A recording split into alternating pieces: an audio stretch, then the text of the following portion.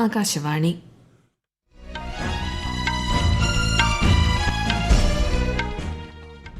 നമസ്കാരം. വാർത്തകൾ വായിക്കുന്നത് ലക്ഷ്മി ശ്രീ വിജയ.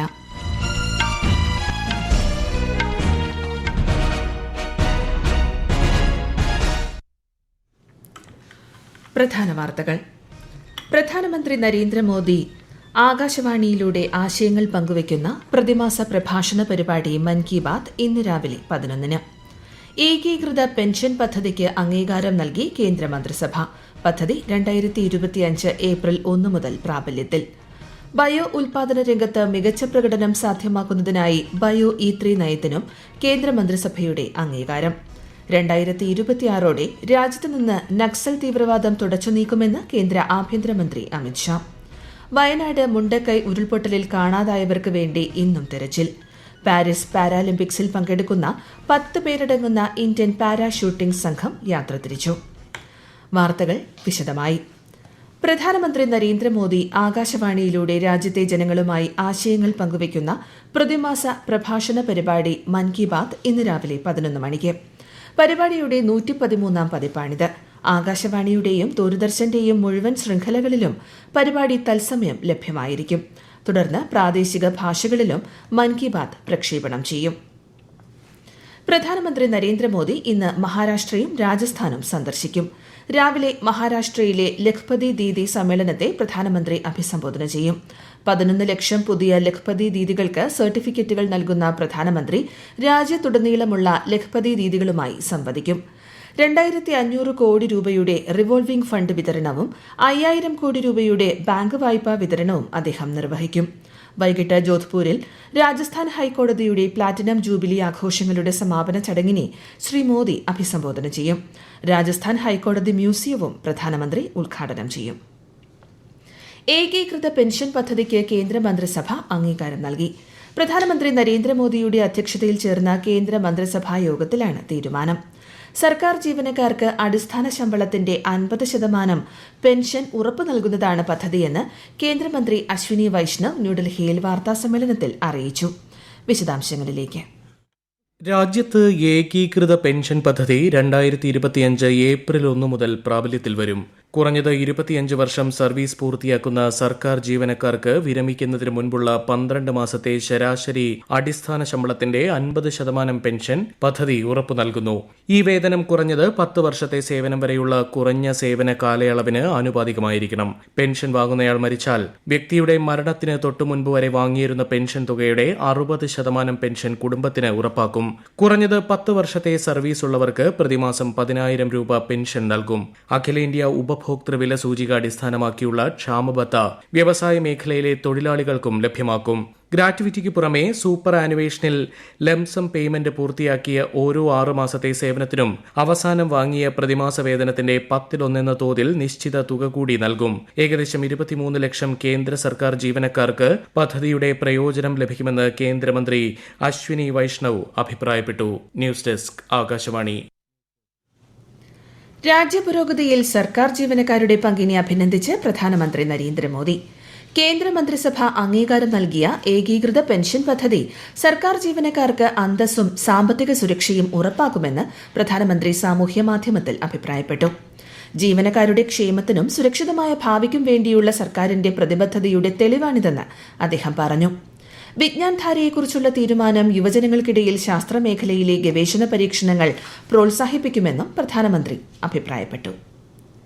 കേന്ദ്ര സർക്കാർ ജീവനക്കാരുടെ ഔദ്യോഗിക പ്രതിനിധി സംഘം ഇന്നലെ ന്യൂഡൽഹിയിൽ പ്രധാനമന്ത്രി നരേന്ദ്രമോദിയുമായി കൂടിക്കാഴ്ച നടത്തി. ഏകീകൃത പെൻഷൻ നയവുമായി ബന്ധപ്പെട്ട കേന്ദ്ര സർക്കാർ തീരുമാനത്തെ സംഘം പ്രകീർത്തിച്ചു. 32 ലക്ഷത്തോളം ജീവനക്കാരെ പ്രതിനിധീകരിക്കുന്ന സംഘടനയുമായി ചർച്ച നടത്തിയ പ്രധാനമന്ത്രിയോട് പ്രതിനിധി സംഘത്തിന്റെ ദേശീയ കൌൺസിൽ സെക്രട്ടറി നന്ദി അറിയിച്ചു. ബയോ ഉൽപാദന രംഗത്ത് മികച്ച പ്രകടനം പരിപോഷിപ്പിക്കുന്നതിന് ബയോ E3 നയത്തിന് കേന്ദ്രമന്ത്രിസഭ അംഗീകാരം നൽകി. സാമ്പത്തിക, പരിസ്ഥിതി, തൊഴിൽ മേഖലയ്ക്കായി ബയോടെക്നോളജി എന്നതാണ് നയം. ഗവേഷണ വികസനത്തിനും തീമാറ്റിക് മേഖലകളിലുടനീളമുള്ള സംരംഭകത്വത്തിനുമുള്ള നൂതനാശയ പിന്തുണ നയത്തിന്റെ പ്രധാന സവിശേഷതയാണ്. സാങ്കേതിക വികസനവും വാണിജ്യവൽക്കരണവും ത്വരിതപ്പെടുത്തുകയും കൂടുതൽ തൊഴിലവസരങ്ങൾ സൃഷ്ടിക്കുകയും ചെയ്യും. നെറ്റ് സീറോ കാർബൺ സമ്പദ് വ്യവസ്ഥ, പരിസ്ഥിതിക്കായുള്ള ജീവിതശൈലി തുടങ്ങിയ സർക്കാർ സംരംഭങ്ങളെ നയം ശക്തിപ്പെടുത്തും.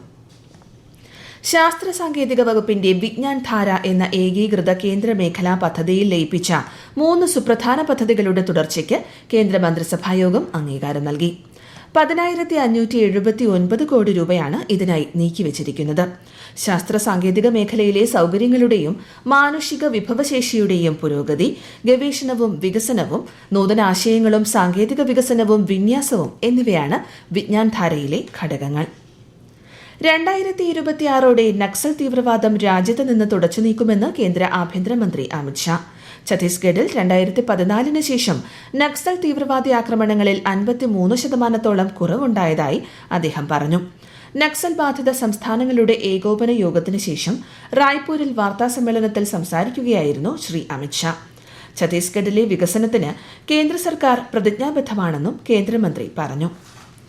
ഈ വാർത്തകൾ ആകാശവാണിയിൽ നിന്ന്. ആകാശവാണി വാർത്തകളും വാർത്താധിഷ്ഠിത പരിപാടികളും all India radio news Thiruvananthapuram എന്ന യൂട്യൂബ് ചാനലിൽ ലഭ്യമാണ്. കൂടുതൽ വാർത്തകൾക്കായി @All India Radio News Thiruvananthapuram എന്ന ഫേസ്ബുക്ക് പേജും @ARnews_TVM എന്ന എക്സ് ഹാൻഡിലും സന്ദർശിക്കാം.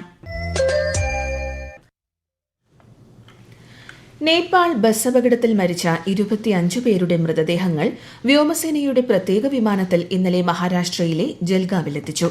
തുടർന്ന് ആംബുലൻസിൽ സ്വദേശങ്ങളിലെത്തിച്ച മൃതദേഹങ്ങൾ നടപടിക്രമങ്ങൾക്ക് ശേഷം വീട്ടുകാർക്ക് കൈമാറി.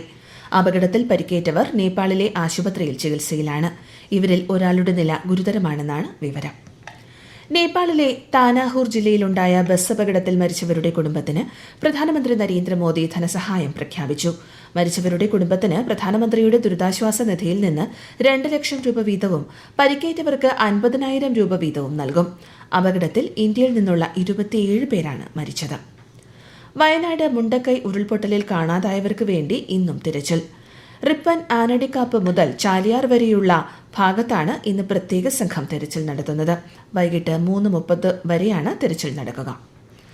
സമ്മതപത്രം നൽകിയിട്ടില്ലാത്ത ജീവനക്കാരുടെ ശമ്പളത്തിൽ നിന്ന് മുഖ്യമന്ത്രിയുടെ ദുരിതാശ്വാസ നിധിയിലേക്ക് തുക പിടിക്കില്ലെന്ന് ധനവകുപ്പ് അഡീഷണൽ ചീഫ് സെക്രട്ടറി അറിയിച്ചു. വയനാട് ദുരന്തത്തിന്റെ പശ്ചാത്തലത്തിൽ മുഖ്യമന്ത്രിയുടെ ദുരിതാശ്വാസ നിധിയിലേക്ക് ജീവനക്കാർ 5 ദിവസത്തെ വേതനം നൽകണമെന്ന് സർക്കാർ അഭ്യർത്ഥിച്ചിരുന്നു. കേരളത്തിൽ അടുത്ത ദിവസങ്ങളിൽ മഴയ്ക്ക് സാധ്യതയെന്ന് കേന്ദ്ര കാലാവസ്ഥാ വകുപ്പ്. ഇന്ന് കണ്ണൂർ, കാസർഗോഡ് ജില്ലകളിൽ മഞ്ഞ ജാഗ്രത പ്രഖ്യാപിച്ചിട്ടുണ്ട്.